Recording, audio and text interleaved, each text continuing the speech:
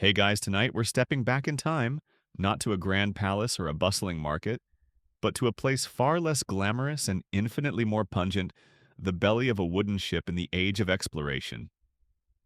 Close your eyes for a moment and try to imagine it.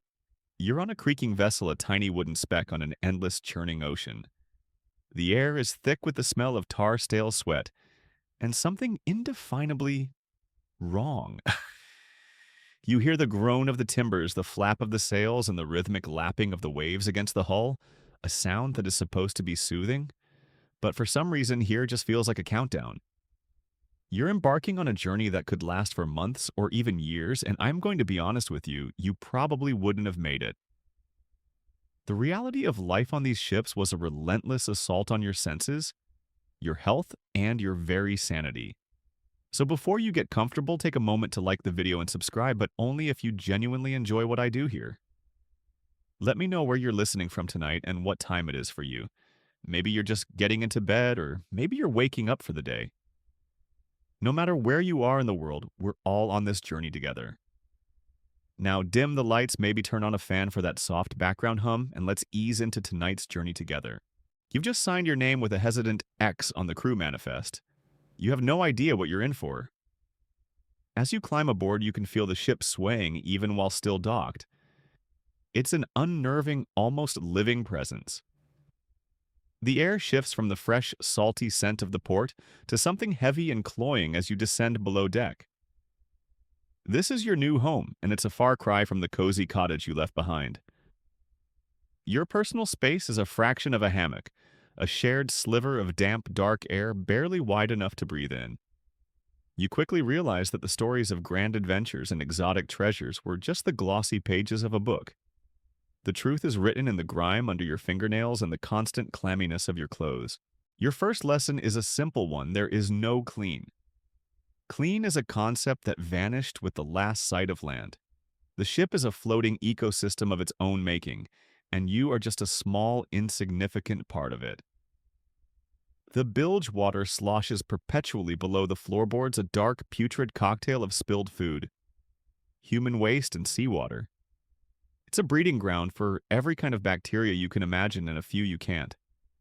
The smell of it alone is enough to turn your stomach, a kind of deep chemical rot that seems to cling to the very wood of the ship. And yet, this is your reality. You learn to step around the damp spots to hold your breath when you pass a certain corner, to just exist within the stink. It's a mental hurdle that your brain eventually surmounts, a sort of olfactory numbness that settles in. You may not notice it anymore, but anyone who came aboard would immediately wrinkle their nose, a silent judgment on your newfound fragrant reality. Your hammock, your only true sanctuary, is a constant battle. In theory, it's a clever invention designed to sway with the ship's motion and prevent you from being tossed around.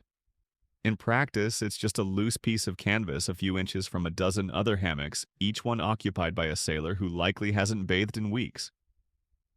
There's no privacy, no personal space to speak of. You're pressed together like sardines, and intimate knowledge of your neighbor's body odor and sleeping habits now part of your daily life.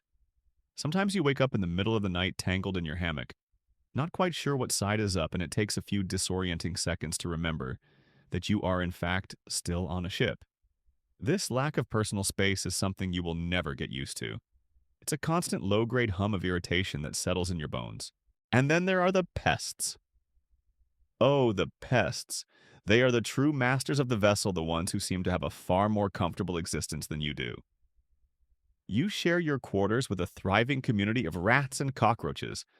They scurry across the deck at night, bold and unafraid, their beady eyes glinting in the dim light of the lanterns. You can hear them skittering in the walls, their little feet a soft but persistent patter that lulls you to a fitful sleep.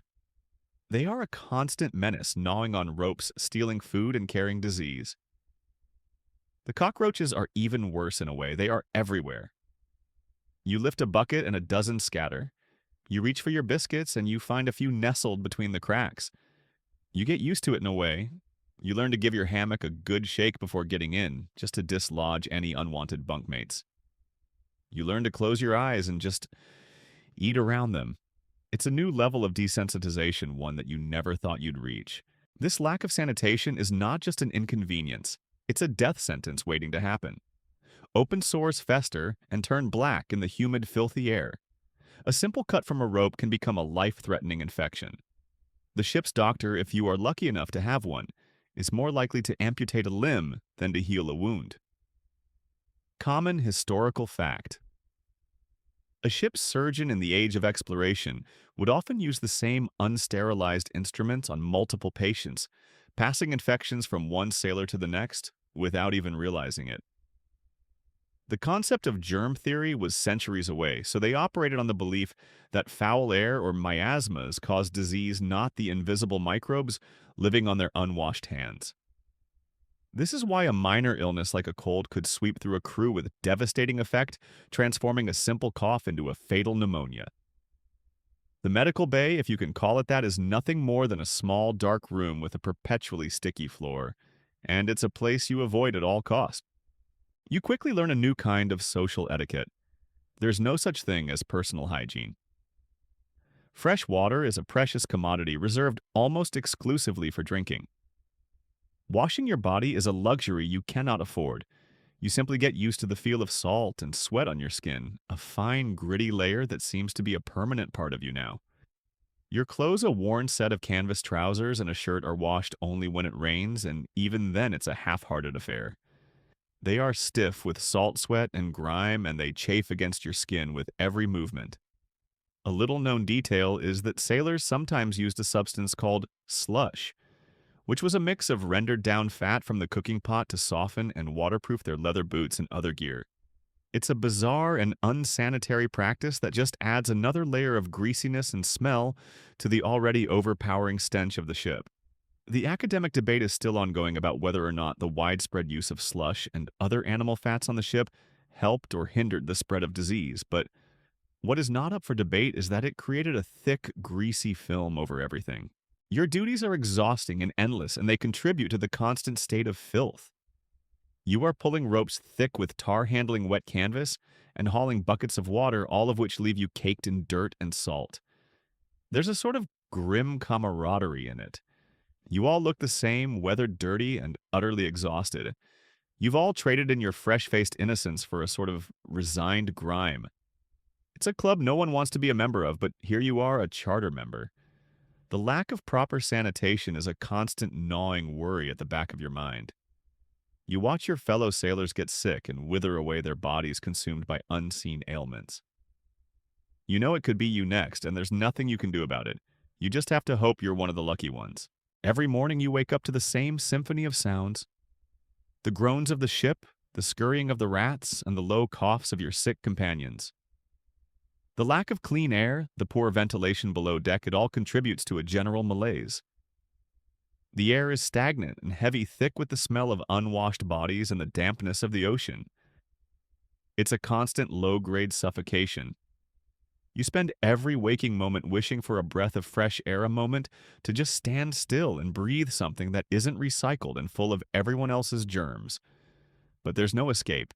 The ship is a closed system, and you are trapped inside. The sailors' hygiene practices were a matter of practicality, not a choice.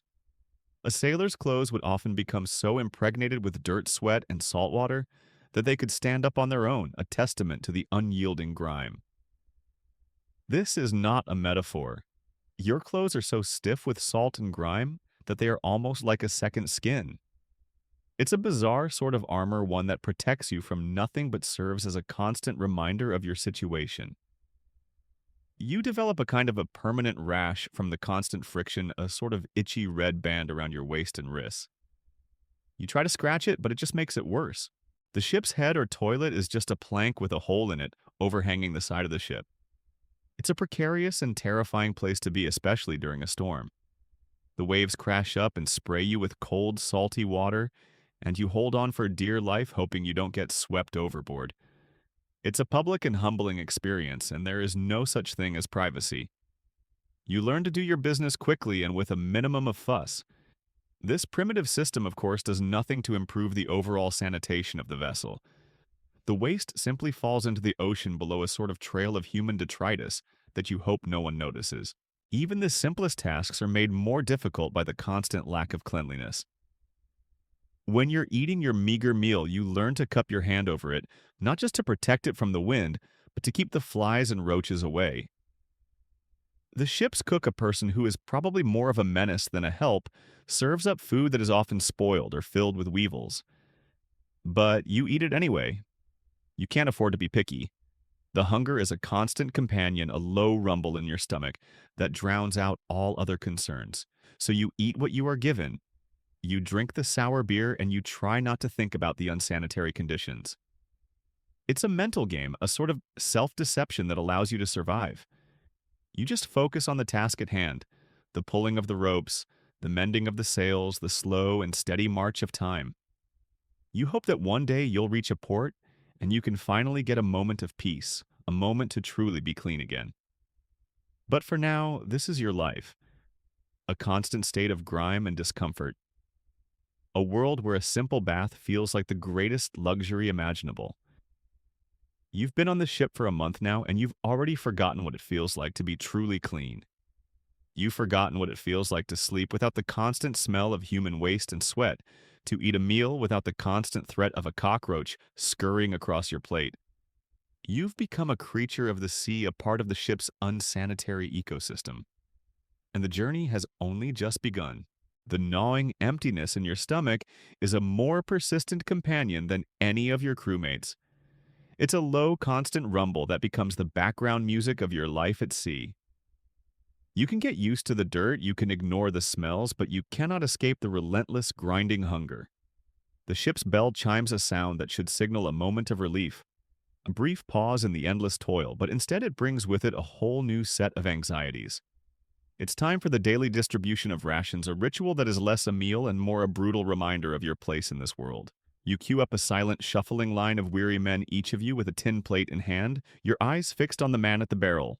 The mainstays of your diet are as unappealing as they are unyielding hardtack salted meat and a daily measure of grog or sometimes sour beer. Let's start with the hardtack. You've heard the tales, but seeing it is another thing entirely.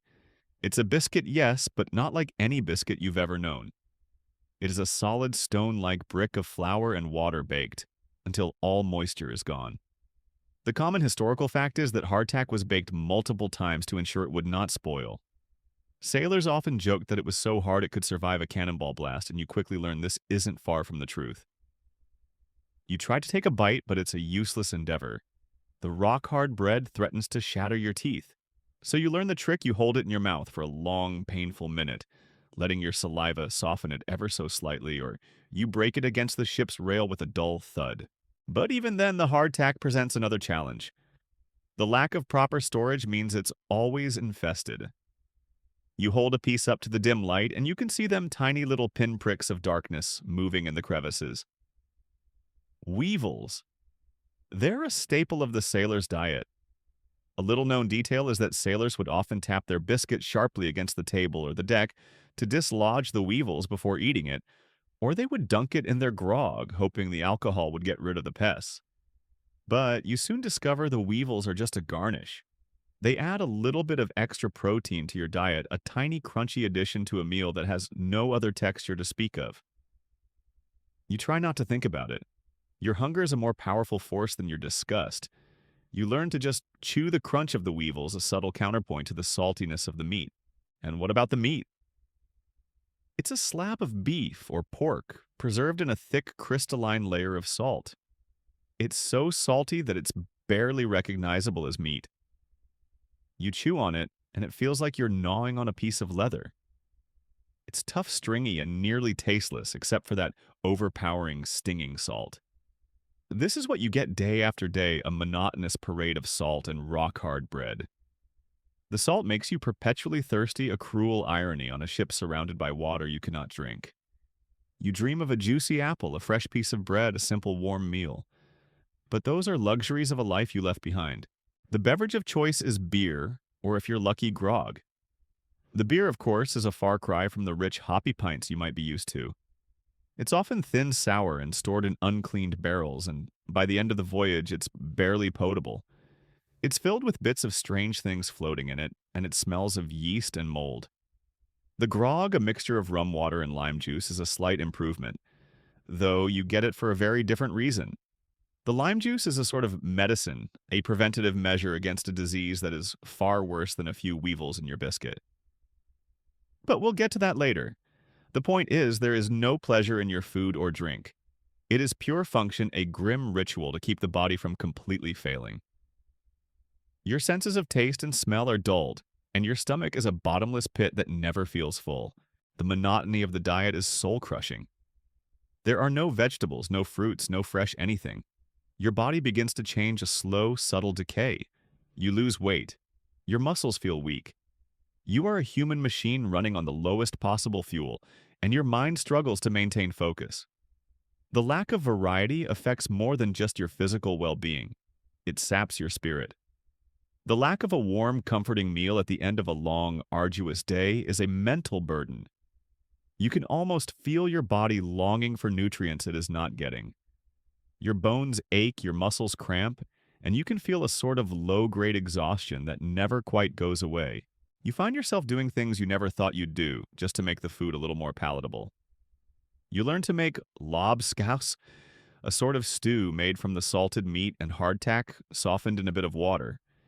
It's less a culinary delight and more a way to make the food chewable. You find yourself scavenging for anything edible. You even find yourself hoping for a rat to wander into your trap, a desperate hope for a little bit of fresh protein, a grim and silent bargain with your own hunger. This is where your morality begins to warp, where your disgust gives way to the primal urge to survive. You'll eat anything you can get your hands on, and you'll do it without question. The problem with this diet is not just that it's unpleasant, but that it's fundamentally a slow form of self-destruction. The constant salt intake makes you thirsty, but the grog or beer does little to quench your thirst. And the lack of vitamins, especially vitamin C, is a silent killer. Your body is running on empty, and the consequences of this will become apparent soon enough. The academic debate among historians still rages as to whether the poor diet was a greater cause of death than disease or injury on long voyages. The numbers are staggering.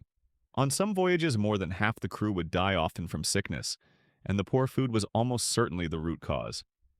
You are a walking testament to the theory that a man is only as strong as what he eats. And you, my friend, are running on fumes. You find a sort of dark humor in your situation. You joke to your friend that the ship's rats are the only ones getting a balanced diet. You mention to another that the salted meat is so hard it could double as a weapon. And you tell a third with a forced laugh that you're pretty sure your teeth are getting stronger from all the chewing, but you're not sure if they'll still be in your mouth by the time you reach port. These are the small, bitter jokes you tell each other, tiny moments of levity in an otherwise bleak and monotonous existence. They're a way of coping with the fact that your body is betraying you, that every meal is a struggle, and that a full stomach is a distant, half-forgotten memory. The constant hunger, the rock-hard food, the lack of any sort of nutrition, it's a brutal reality that you have to face every day. And as you put your plate away, the empty feeling returns, a hollow ache that will not be filled until you reach land, if you ever do. The hunger is a constant companion, but it is not the worst thing you will face. Slowly, insidiously, a new kind of weakness begins to creep into your bones, a silent and terrible enemy that you cannot fight with a full stomach or a bit of salt pork. It starts so subtly you almost don't notice it. You feel tired of bone-deep weariness that no amount of sleep can fix. Your muscles ache, your joints feel stiff as if you've been pulling on ropes made of lead. You dismiss it as just part of the job, a natural consequence of the endless toil. But then you begin to see things change. A small bruise on your arm from a minor knock you can't even remember darkens and spreads without healing. You notice your gums are beginning to feel soft, a bit squishy, and they bleed when you try to chew on a piece of that rock-hard hardtack. You try to rinse your mouth with a bit of stale water, but the taste of blood is a constant coppery reminder of a body turning against itself. This, you realize with a sinking feeling, is not just being tired. This is scurvy. The disease is a slow, relentless betrayal. Your body, deprived of vitamin C for months on end, begins to break down. The collagen that holds your cells and tissues together starts to disintegrate. It's a terrifying process, a sort of controlled decay from the inside out. Your teeth, once so strong, begin to loosen in their sockets. You can wiggle them with your finger, a horrifying discovery you keep to yourself. You have a constant dull pain in your legs as if your bones are bruised, and those old wounds, the ones that scabbed over from a fight or a minor fall, begin to reopen bleeding and festering in the humid, unsanitary air.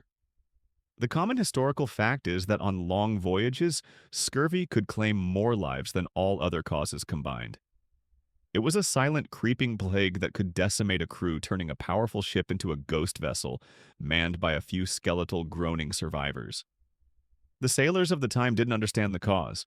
They blamed it on bad air, on laziness, on a host of other unproven theories. They were blind to the simple truth that a piece of fruit could save their lives. But scurvy is not the only horror you face.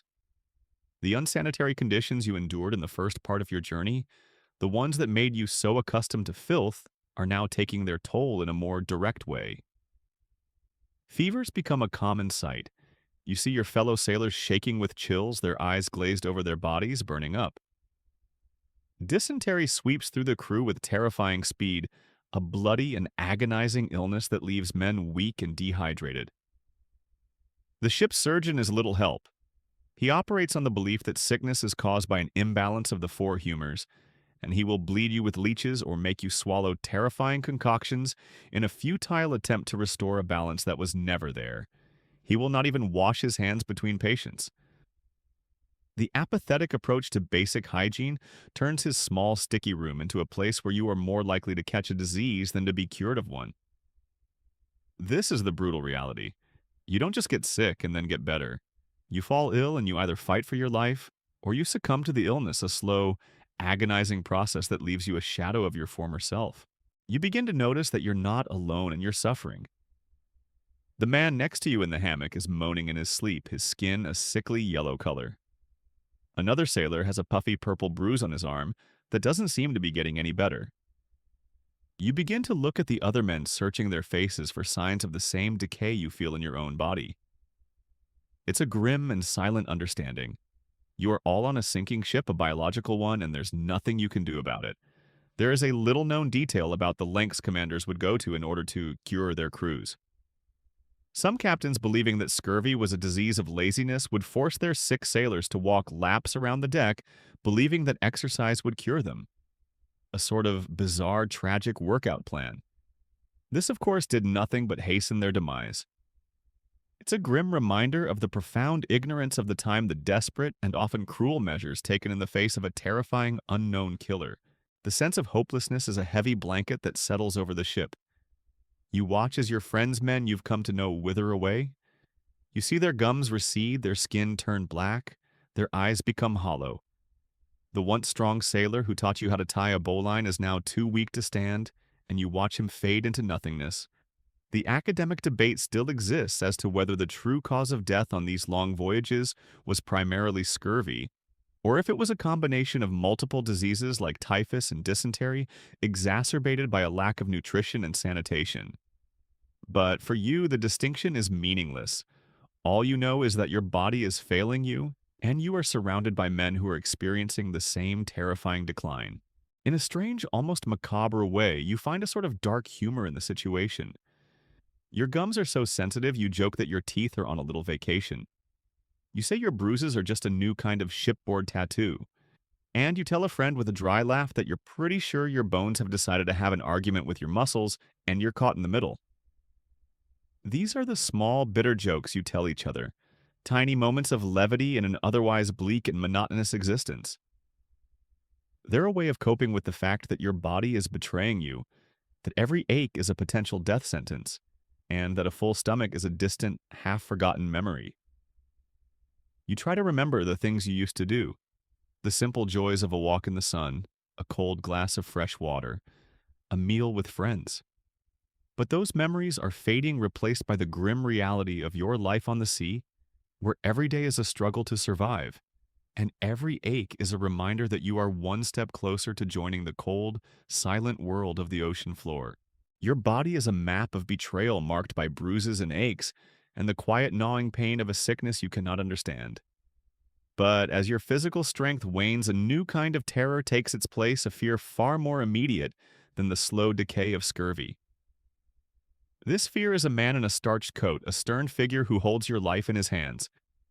It's the captain and his officers, and they are masters of a ship that operates on a single brutal principle: absolute, unquestioning obedience. You are at the bottom of a rigid, unforgiving hierarchy, and your life is worth little more than a sack of flour. You may be weak from hunger and sick with disease, but your duty remains. The slightest hesitation, the smallest complaint, can earn you a punishment that will make you forget all about your aching joints. The discipline on board is a constant, suffocating presence. You learn to move without thinking, to follow orders without question. The officers patrol the decks, their eyes scanning for the slightest infraction. You learn to keep your head down and your mouth shut. A misplaced rope, a moment of inattention, a word of complaint muttered under your breath. These are all crimes, and the punishment is swift and severe. You've heard the stories, of course, the whispered tales of men being flogged for sleeping on watch or stealing a piece of cheese. But hearing the stories is one thing. Watching it happen is a different kind of horror entirely. The most common and most feared punishment is flogging. The common historical fact is that the instrument used was the cat-o'-nine-tails, a whip with 9 knotted tails that would shred a man's back with each blow. It was a brutal and public spectacle meant to deter others from wrongdoing. The guilty sailor is tied to a grating or a mast, his back bared, and the boatswain's mate delivers the lashes. The crack of the whip on flesh is a sound that will haunt your nightmares. It's a sound that seems to echo across the entire ship, a visceral reminder of the raw physical power of the captain. You watch from a distance, your stomach churning, your palms sweating, and you pray that you will never feel that lash on your own skin. The captain's favorite form of exercise is lifting a whip. You joke darkly to yourself, a way of finding a moment of gallows humor in a situation that is anything but funny. Your friend responds with a wry smile, pointing to his back and saying that he's getting a whole new kind of map on his backside. A map of the captain's displeasure. The fear of a flogging is so pervasive that it's a constant low-grade hum in the background of your life. It keeps you moving when your body is screaming for rest. It forces you to stand at attention when your mind is a fog of exhaustion. You are a sailor not because of some romantic ideal, but because a very long whip will come down on your back if you are not. The captain is the law, the judge, and the jury all rolled into one, and his word is final. There are no appeals, no second chances. There is only the punishment and the memory of the pain.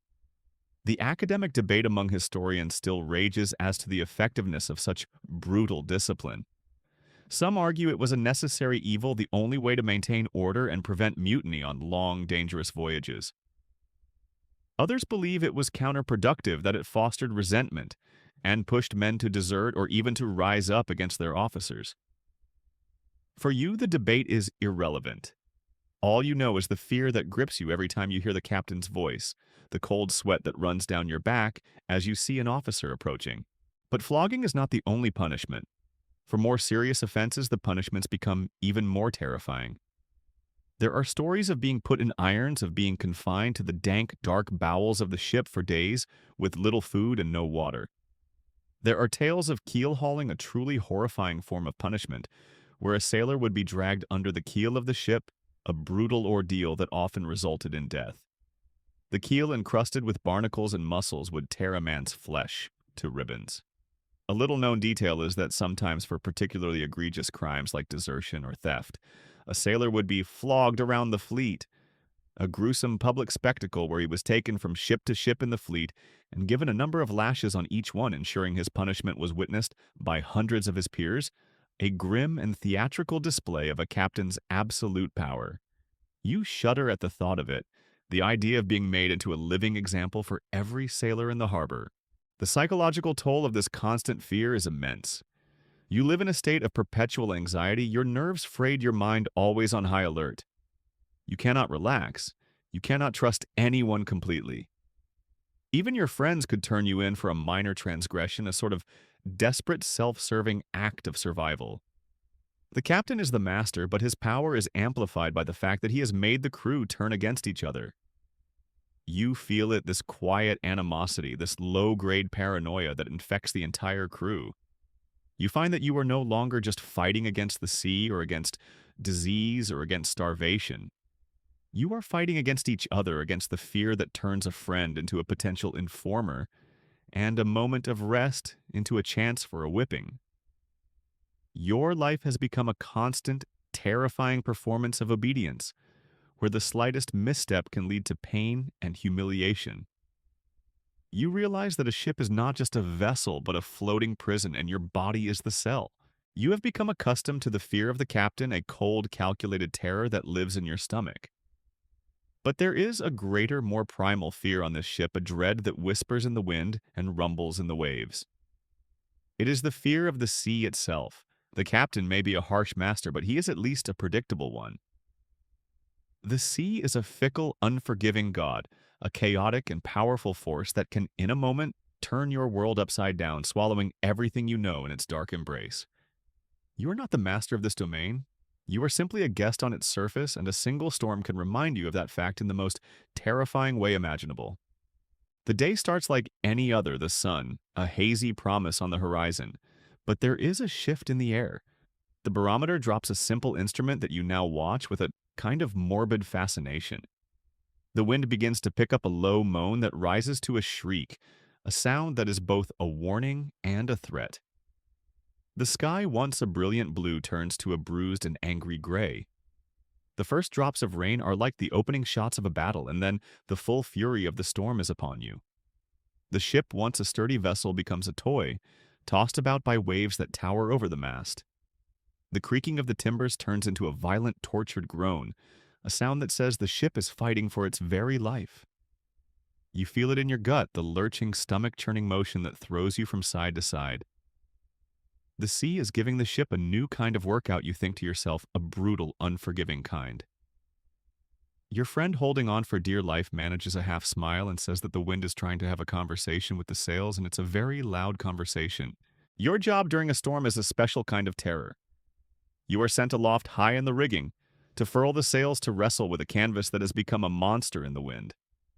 The wind is so strong it can rip a sail from its ropes, and you are clinging to a swaying mast, a tiny human speck in a world of violent wind and churning water. The ropes cut into your hands, the spray of the waves blinds you, and the constant motion makes it impossible to hold on. You are a puppet on a string, dancing a desperate, terrifying jig 100 feet above the water. A common historical fact is that a large percentage of sailors who died at sea did so not from drowning, but from being swept from the rigging during a storm. The work was brutal and the conditions were deadly, but the storm is just one of many dangers. The sea is full of hidden traps. There are shoals and reefs, silent killers that can tear the bottom out of your ship in a single gut-wrenching crunch. The fog is a terrifying enemy. It descends upon you, a thick, cold blanket that obscures everything, and you are sailing blind. You can hear the mournful blast of another ship's horn, a phantom sound in the swirling mist, but you don't know where it is, and you just pray that it doesn't appear out of the gloom and collide with you. The sound of the ship's bell is a lonely and hollow thing, a desperate plea for help that no one can hear. A little-known detail is that sailors of the time, in their profound ignorance of the ocean and the unseen dangers, often believed in sea monsters, enormous beasts that could swallow a ship whole. This psychological terror, the fear of the unknown, was as real as any physical danger. You would tell yourself that the shapes in the waves were just the sea's own shadows, but a part of you would always wonder if they were something more, something hungry, something that wanted to pull you down into the dark. The terror of the storm is compounded by your navigational instruments. They are rudimentary at best. You have a compass, a sextant, and a prayer. The common historical fact is that sailors in the age of exploration had no accurate way of determining their longitude, only their latitude. They would use a sextant to measure the angle of the sun at noon to get a rough idea of their latitude, but their east-west position was a constant guessing game. They relied on something called dead reckoning, a system of estimating your position based on a compass reading and a guess at the speed and direction of the currents. This meant that after months at sea, your estimated position could be 100 miles or more from your actual location. You were sailing blind and you knew it. Your captain, a man who seemed so powerful on deck, was just as much at the mercy of the sea as you were. This lack of control is perhaps the most terrifying part. You are helpless a cork in a vast, indifferent ocean. You can't fight the waves, you can't argue with the wind, and you can't reason with the storm. All you can do is hold on and hope you're not the one who gets swept overboard. The academic debate still rages as to which was the more terrifying threat to a sailor, the known man-made dangers of pirates and battles, or the unpredictable, overwhelming fury of the sea itself. You feel deep in your bones that it is the latter. The sea is a power you cannot comprehend, a force that doesn't care about your life, your family, or your destination. It is a force of pure, untamed chaos, and you are just a small, fragile thing sailing on its surface. As the storm finally subsides, leaving you exhausted and bruised, the silence that follows is a deep and profound one. The sea for a moment has gone back to its quiet breathing, but you know that it is just sleeping, and you are still in its terrifying embrace. You face the hunger that hollows out your bones, the sickness that turns your body against you, and the storm that reminds you of your insignificance in the face of nature's power. But there is one more enemy you must contend with. And this one is the most terrifying of all because it is a reflection of yourself. It is a human enemy, one with a name and a face and a singular purpose to take what you have and leave you for dead. A pirate, a privateer, another nation's warship.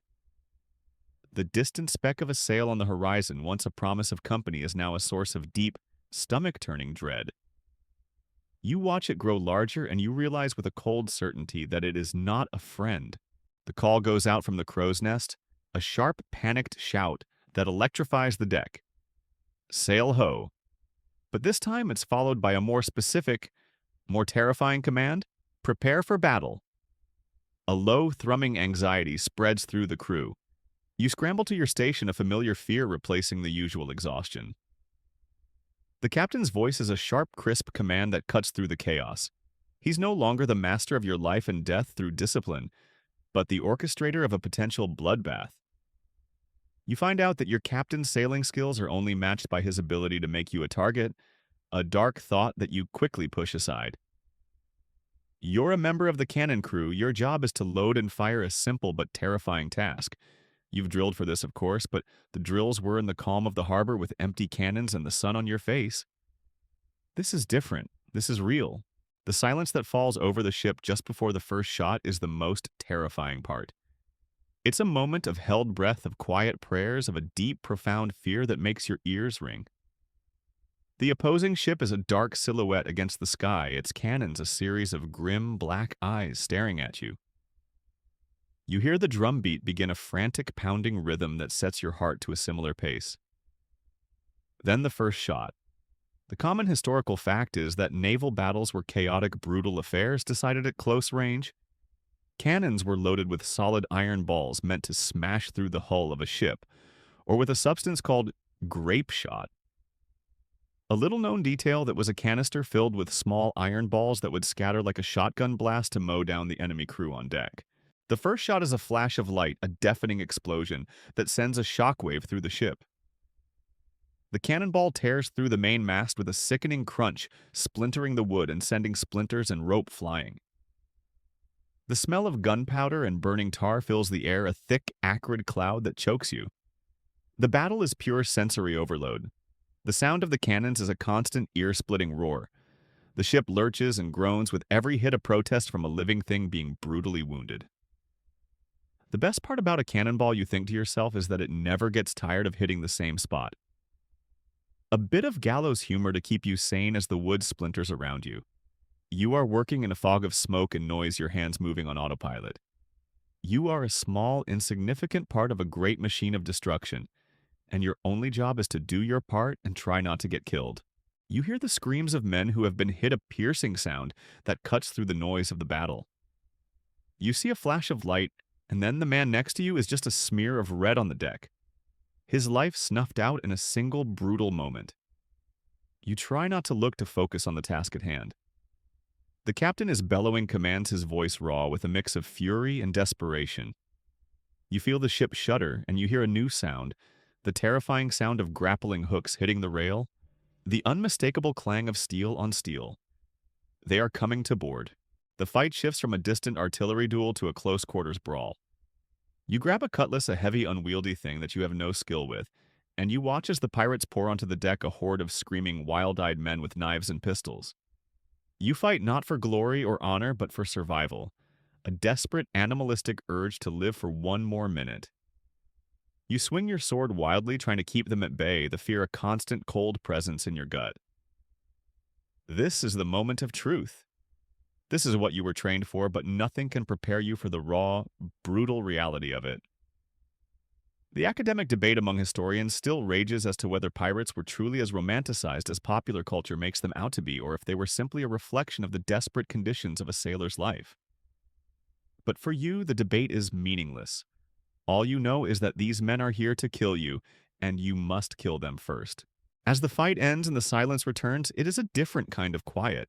The ship is a wreck, its masts splintered, its decks slick with blood and salt water. The dead are everywhere, friends and foes alike, their bodies silent testimony to the cost of a battle at sea. You sit on the deck, your chest heaving, your hands shaking, and you look out at the still blue sea, a silent, beautiful expanse that holds no judgment. You survived, but you are a different person. You have seen the very worst of humanity, and you know now that the most terrifying thing on the ocean is not a storm or a reef, but another human being. You are never truly safe at sea. The next sail on the horizon could be your last. After weeks or months or even years at sea, the first sight of land is a religious experience. It's a low green line on the horizon, a promise of solid ground, of fresh food, of a moment of peace. You feel a surge of relief so profound it almost brings tears to your eyes. The air changes, losing its heavy saltiness and gaining the rich, earthy smells of the land, of wood smoke, of damp soil, of something growing.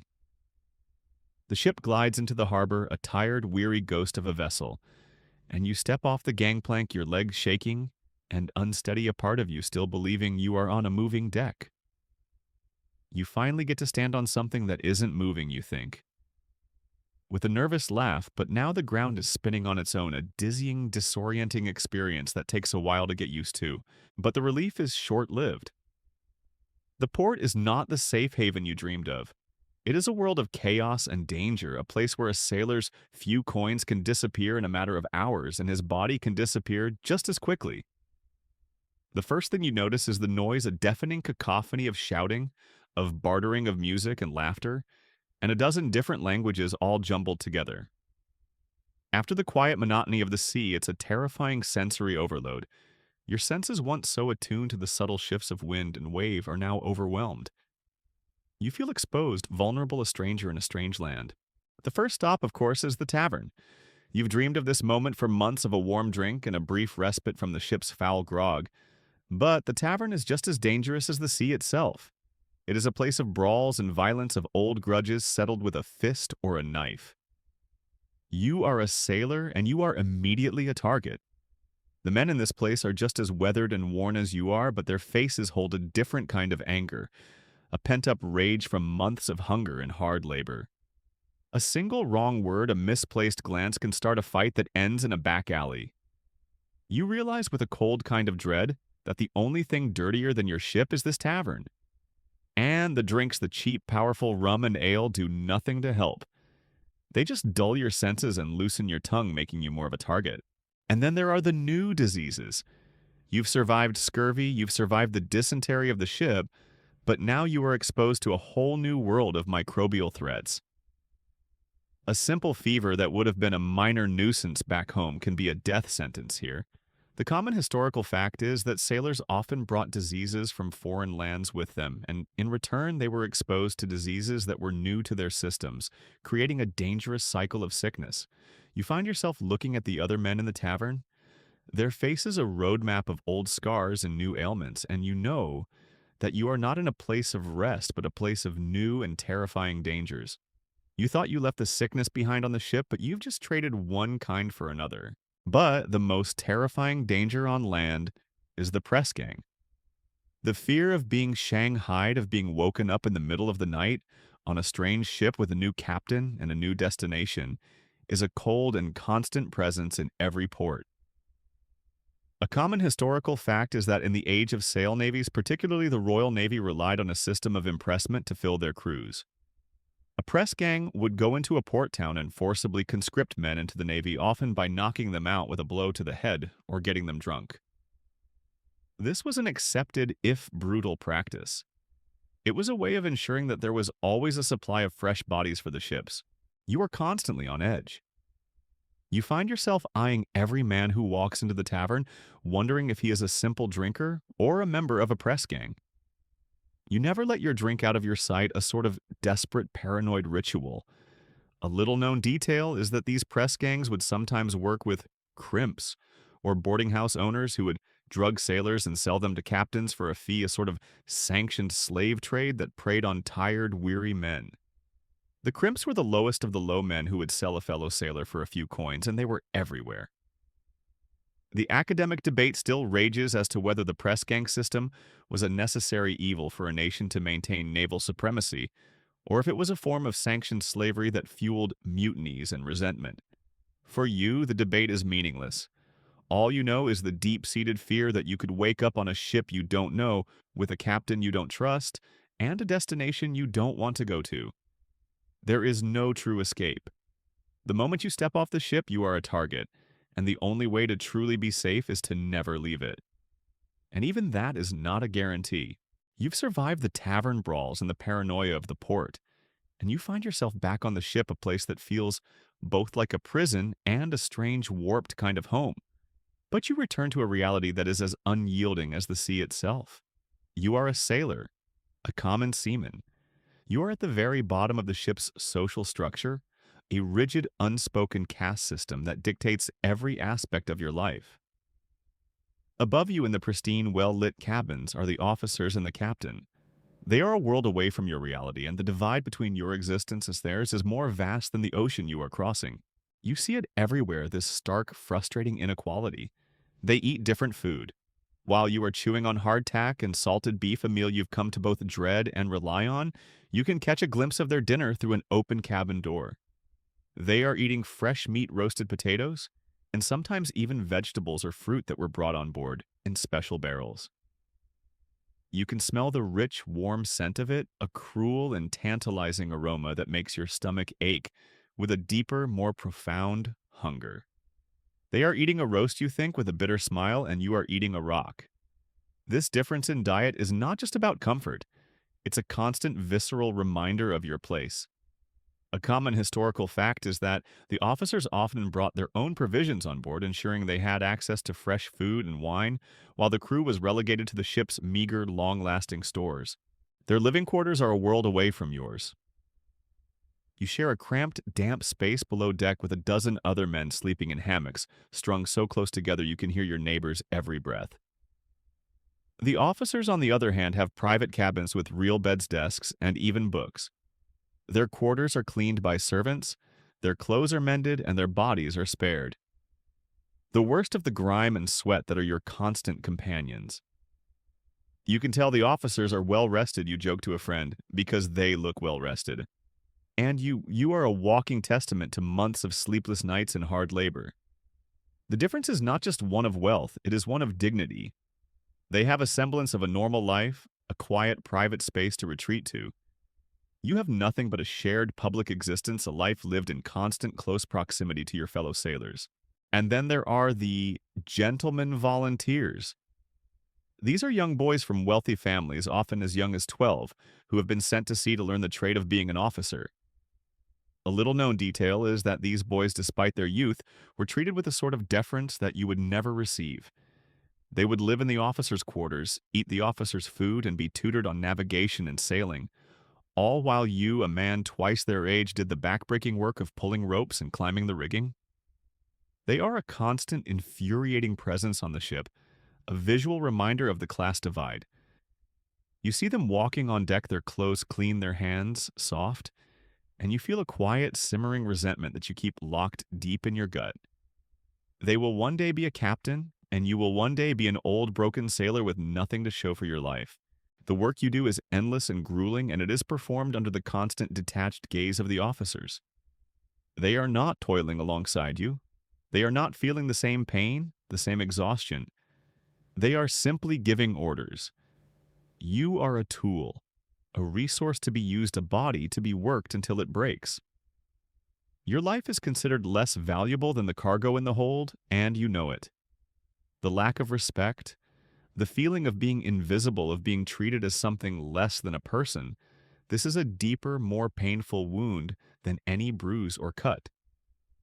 The academic debate among historians still rages as to the extent to which this rigid class structure contributed to mutinies. Some argue it was the primary cause, while others point to issues like pay and working conditions. But for you, it's a simple fact. The inequality is a weight you carry with you every day, a constant reminder that no matter how hard you work, you will never be one of them. You have no voice, no recourse, no one to complain to. The captain is the ultimate authority, and he sees you not as a person, but as a unit of labor. The only way to get his attention is to fail at your job, and that attention comes in the form of a whip. You are a part of a system that is designed to use you up and throw you away. You are a part of a machine, and the officers are the ones who control the levers. You look at the captain on his quarterdeck, a man who has not known a moment of true hunger or pain on this voyage, and you feel a quiet, cold kind of rage that you keep locked inside. You are not a human being with a story, you are just a sailor, a thing to be used. You have battled the sea, fought the enemy, and returned to a ship that is a world unto itself. But the most insidious thing about being a sailor is not the danger, or the hunger, or the sickness, or the social injustice. It is the endless grinding length of the journey itself. It is the monotony, the slow, relentless passage of time that blurs the days together until they lose all meaning. You are a prisoner of time, a captive on an endless ocean, and your only job is to simply exist until the end. You have long since forgotten what day of the week it is, a common historical fact of a sailor's life at sea. Your memory of the days is now a single long Tuesday. The sun rises and sets, the work is performed. The bad food is eaten and the sun rises and sets again, a cruel, unchanging cycle. The horizon is always the same. It is just a flat line, a horizontal line of disappointment, a constant, unchanging boundary between the ocean and the sky. You look at it every day, your eyes searching for a sign of land, a sail, anything to break the monotony, but there is nothing. You are a tiny speck in a vast, empty world, and the loneliness is a deep, profound ache that settles in your bones. You are surrounded by men, but you are utterly alone. Your mind, with no new sensory input to occupy, it begins to turn inward, a sort of slow, quiet unraveling of your sanity. You find yourself talking to the rats, to the sails, to the waves, anything to break the silence. The sense of being cut off is a constant gnawing presence. You have no news of your family, no idea of what is happening back home. The life you left behind feels like a dream, a half-remembered fantasy that a different person lived. Your home, your family, your friends, they are all fading, becoming a ghostly memory that you cling to with a kind of desperate sadness. You are a person without a past, and the future is a distant, impossible dream. The academic debate among historians still rages over the extent to which psychological trauma, rather than physical ailments, contributed to sailors' long-term health issues upon returning home. Was it the sickness that made them ill, or was it the quiet, unending isolation of the sea? For you, the answer is irrelevant. All you know is the deep, quiet sadness that settles over you every night, a feeling of being a ghost on a ship of ghosts. You find yourself doing small, strange things to mark the passage of time. You have no calendar, no clock, no way of knowing how long you have been at sea. A little-known detail is that sailors would sometimes carve a notch into a piece of wood every day, a sort of desperate attempt to hold on to a sense of rhythm. You have your own way of doing it. You watch the sun rise and set a grim ritual that reminds you of the passage of another day. You can feel the change in the seasons, the temperature of the water, the direction of the wind, but the days themselves are an endless, monotonous blur. You are living in a timeless void, and your mind is slowly losing its ability to tell the difference between today and a month from now. The isolation is a constant, suffocating presence. You are alone with your thoughts, your fears, your memories. You try to remember the sound of your mother's voice, the smell of fresh bread, the feeling of solid ground beneath your feet. But the memories are fading, replaced by the relentless reality of the sea. You begin to feel like a person you don't even know. This is a person who is covered in salt and grime, who speaks in short clipped sentences, who has forgotten what it feels like to laugh. This is the new you, and you don't even know how to go back. The endlessness of it all is a heavy weight on your soul.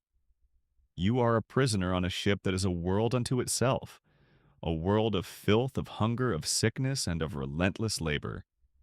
And the only thing that keeps you going is the dim, distant hope that one day you will reach your destination.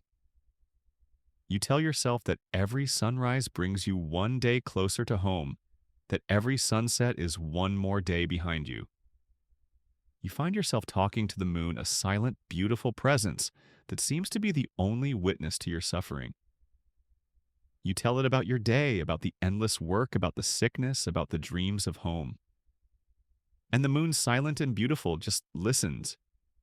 You are a ghost, a shadow, a thing that simply exists on an endless ocean, and you wonder if you will ever be a person again. The horizon, for so long a horizontal line of disappointment, finally begins to change. A faint smudge of gray becomes a low green line, a promise of land you were never sure you would see again.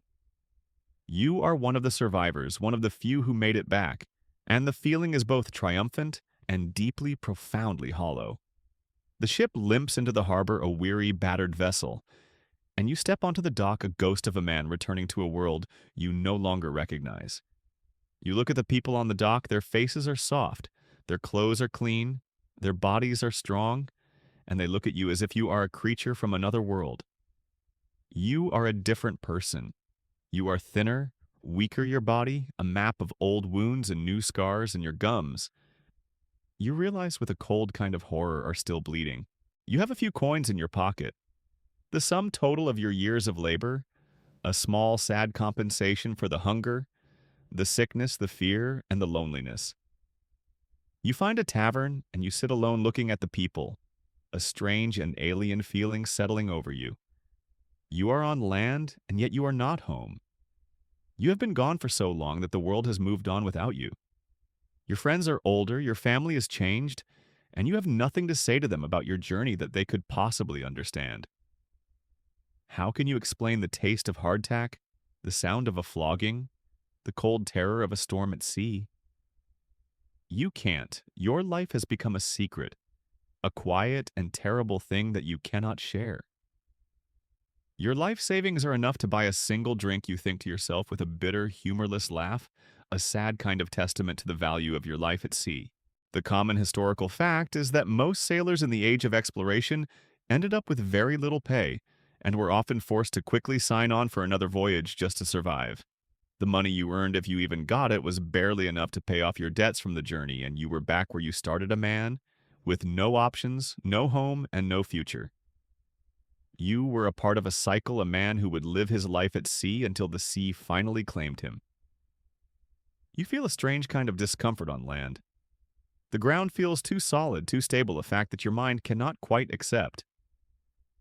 A little-known detail is that sailors often experienced a phenomenon called getting a land leg, where they would feel the phantom motion of the ship beneath their feet for days or even weeks after returning to shore. You find yourself swaying, lurching, and reaching for a rail that isn't there. Your body, so used to the constant motion of the sea, cannot quite adjust to the stillness of the land. You try to go back to your old life, but it's an impossible task. You find that you have nothing in common with the people you used to know. They talk about things you no longer understand, about crops, about politics, about the weather on land, and you can only talk about the things you've seen, things that they could never comprehend. You feel a deep, profound sense of isolation, a feeling that is even more painful on land than it was at sea. You are a stranger in your own home. The academic debate among historians still rages as to whether a sailor's journey ever truly ended, given the psychological scars and the likelihood of returning to sea for survival. You know in your heart that it never does. You will always be a sailor, a man who has seen too much a ghost on solid ground. And so you find yourself back at the docks looking out at the vast, endless ocean, a place that you hate, but a place that is also, in a strange, twisted way, the only place that feels like home. The promise of a new voyage is a terrifying one, but it is also a familiar one. It is a return to a world that makes sense, a world of work and hunger and fear, but a world that is at least a known quantity. You are a sailor. It is all you know. It is all you will ever be. You have a few coins and they will be gone in a few days. The next ship is leaving in a week. You look out at the ocean, a quiet, terrifying presence, and you know what you must do. You must go back to sea.